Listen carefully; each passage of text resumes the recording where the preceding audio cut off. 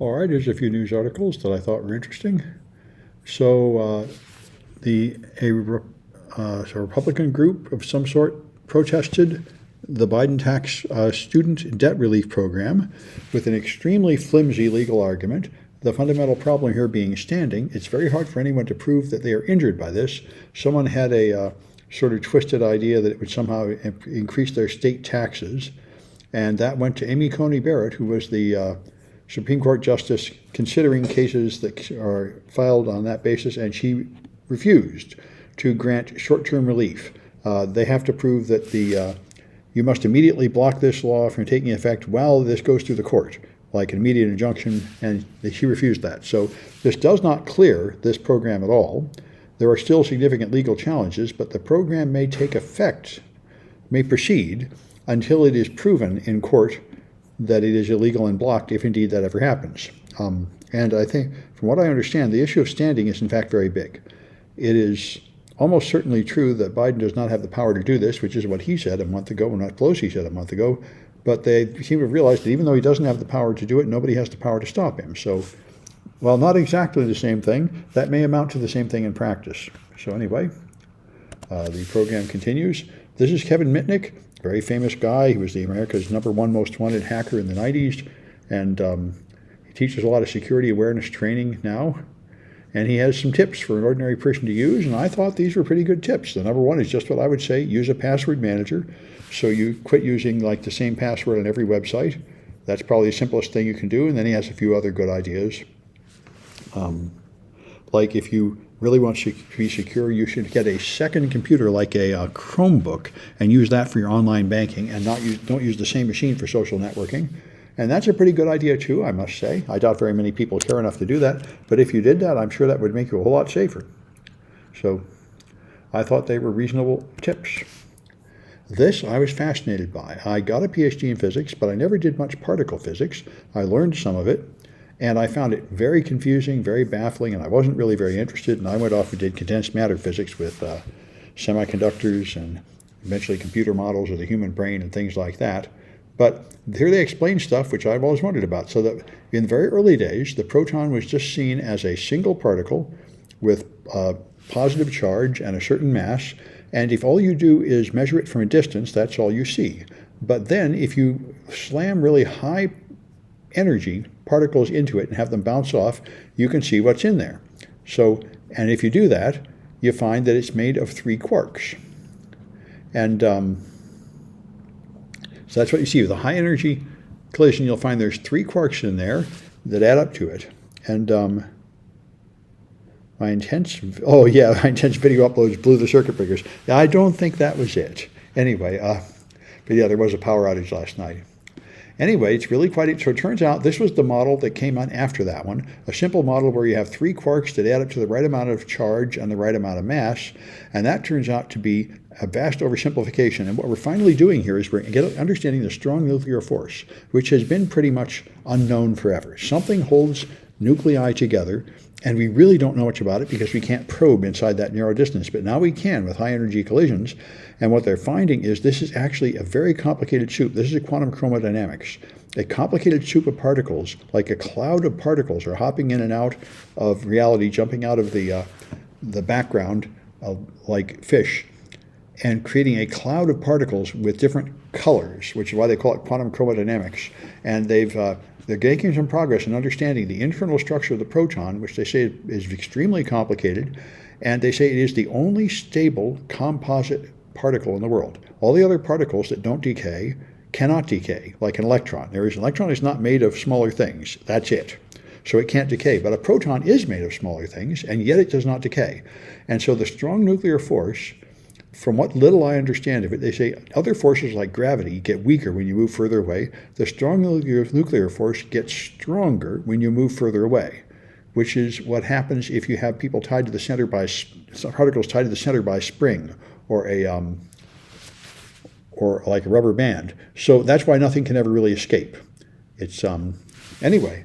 That's a very interesting article. Here's a representation of the original model of 3 quarks bouncing around in there, and the new model, quantum chromodynamics, of just a soup, because they found that there's a Sometimes you see other particles besides those 3 quarks. That's mostly what you see, but sometimes you see the other ones. So there really is a complex soup of other particles in there, like a gas, and really quite interesting.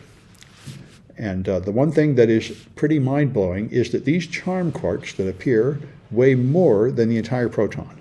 And these 3 other quarks that supposedly added up to the mass of the proton, in fact, only make like a small fraction of the mass you observe. And that's because mass gets shielded by the bending of space, which is about when I sort of lost comprehension in following all this particle physics when I took it. But somehow the mass you observe from the outside is very different than the mass of the particles on the inside. So anyway, I like the graphics, and it made me understand this stuff a little bit better than when I tried to understand it as a student a long time ago. And already there's a new wrinkle in it.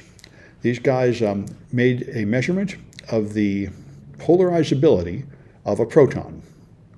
And polarizability is when you put something in an electromagnetic field, if it is made of multiple components, you drag the positive part to one side and the negative part to another side, so you bend it. And you can measure how bendable a proton is from an electric field. And what you would naturally expect is that the more electric force you put on it, the more it would bend. And so that means the polarizability will have a monotonic change. Yeah, you put it in an electric field, okay.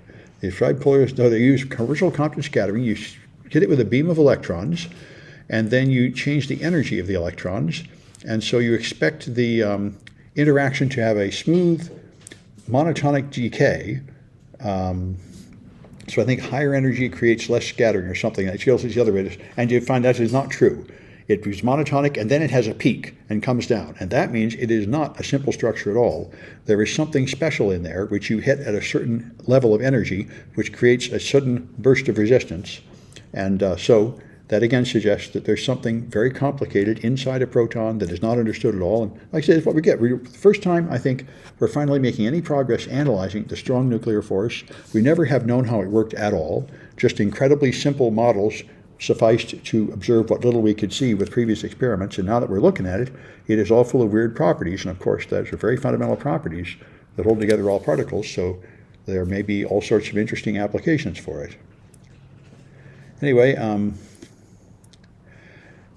the Black Death that hit centuries ago, someone has gone and analyzed the DNA from teeth of people buried in mass graves at this time and determined that there were certain people that survived the Black Death because they had a more active immune system. And this changed the genetic code of the entire human race to have stronger immune systems, and that is why we now have autoimmune diseases.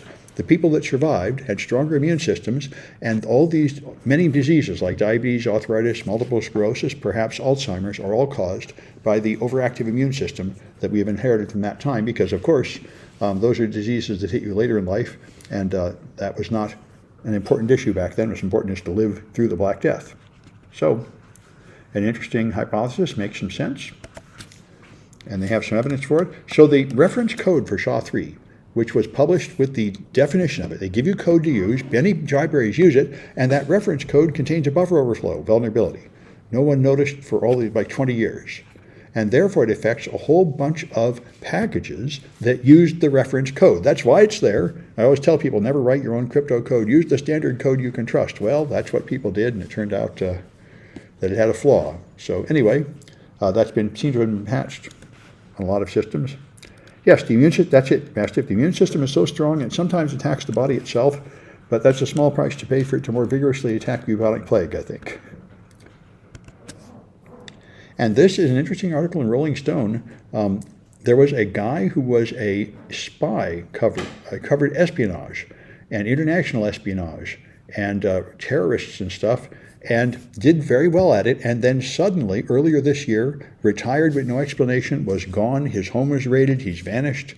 Apparently he got in some kind of big trouble, perhaps related to exposing some secret spy thing, and nobody knows what happened to him. He's a very famous guy for TV producer, and suddenly he's just gone. And so they're bringing it up here, and presumably this sort of publicity might lead to somebody leaking some kind of information about what happened to this guy. But anyway, San Francisco is trying to build a public toilet. A single toilet is going to take 5 years to build and cost $1.7 million.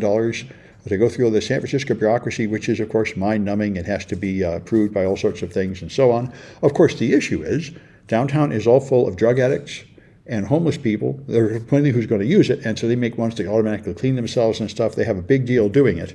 So they, let's see. Some Mobo says they found healthy young people succumb to corona more easily. Well, I'm not aware of that. I think it was mostly old people that died of corona. The early graph I saw said that age is the number one risk, and being over like 70 or 80 makes you very likely to die, and being younger than like 40 makes you very unlikely to die.